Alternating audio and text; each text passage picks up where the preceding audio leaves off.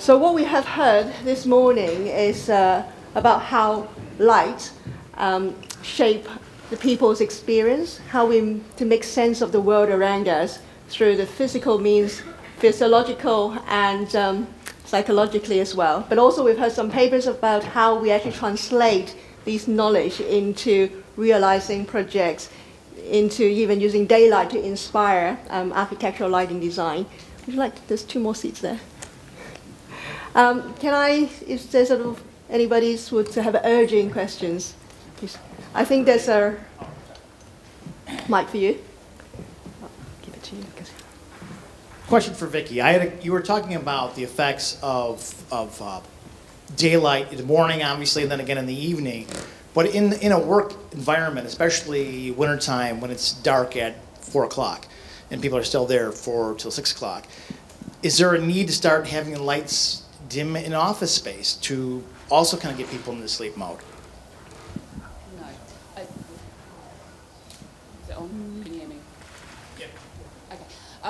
I think one of the things to consider is that people still have to commute home in the evening, so actually they still need to be alert enough potentially to drive home or to travel, so that's a consideration we need to think about.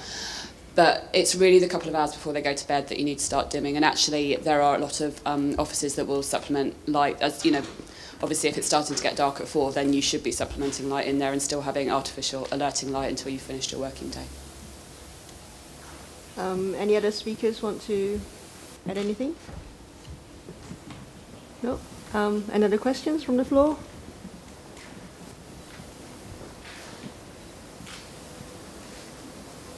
Oh, you want to follow up? Nobody else. Just another quick question also about, it seems that from the panel that there's the future route of lighting and daylighting seems to be kind of a complementary balance. Kind of really rethinking space instead of just kind of rows and rows and rows of overhead ambient light to more complementary light, like for example the handrails that were illuminated along the staircase, or again sort of point sources on the ceiling.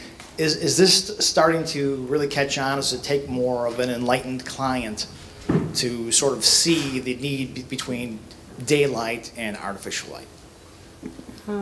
Maybe Christina want to comment?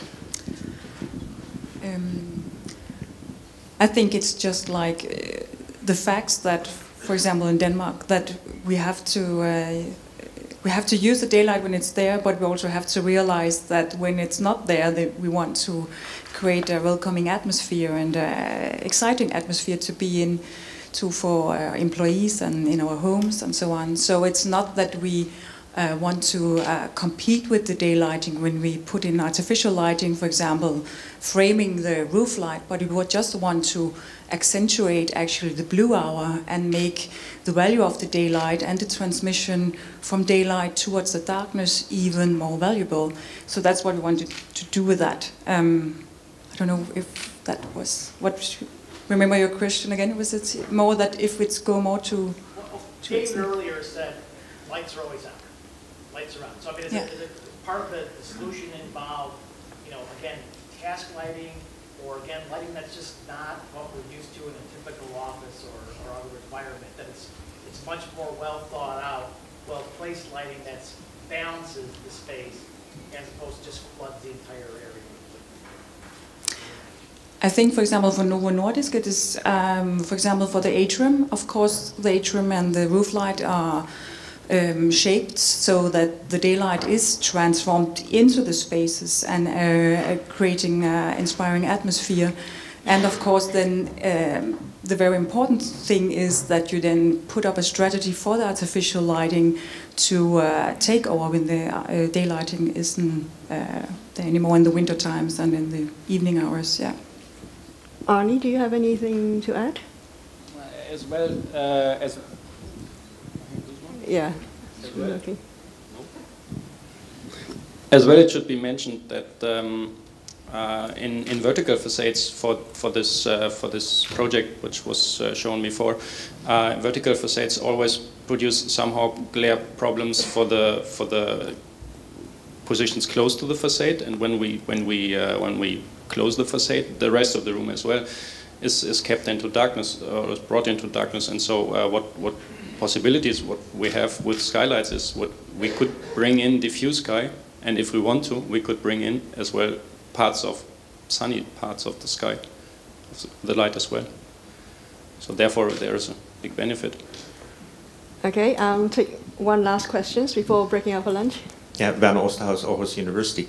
I'm always challenged a little bit how to address some of the new research in the education of engineers and architects about daylighting, and I'm wondering whether Koen and Nick have any specific recommendations or have tried out certain things in working with their students in how to address the wonderful things you both have presented in your design suggestions.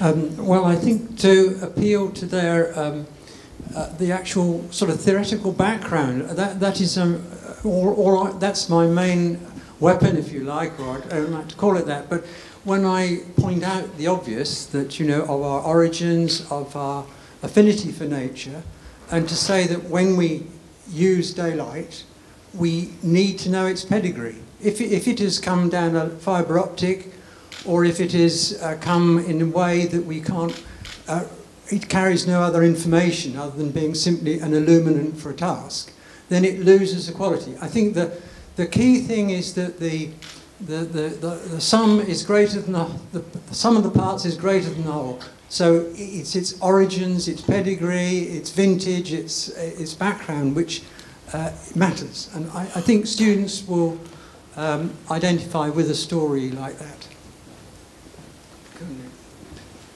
Well, with respect to teaching, Nick, having been my teacher, I can be very complimentary about his role and influence on architects thinking about the occupant at the centre of design. And certainly our attitude in Cambridge to teaching architects is very much about not just the technical side, but very much the occupant experience, the social, cultural context of buildings, and the environmental context. So I think that we use the kind of discussions and presentations we've had very much as a central part of architectural teaching. Okay, I've got one more last question here. I think that the knowledge about the importance of daylight for human well-being we have had since many thousands of years, but we have forgotten it, and now it seems, or don't you think also, that we have to invent it again by scientific researchers and so on, and especially the architects have forgotten all this knowledge. I mean, my response is to say that there is perhaps an obsession with evidence-based design advice or evidence-based research. And so, although intuitively we know what the right thing is and when it goes wrong, there is still a demand for, and certainly with respect to the pressures of commercial environments, a demand for hard evidence, and that keeps us busy. Okay, I'd just like to say thank you. Thank you for the quality paper and the speakers. And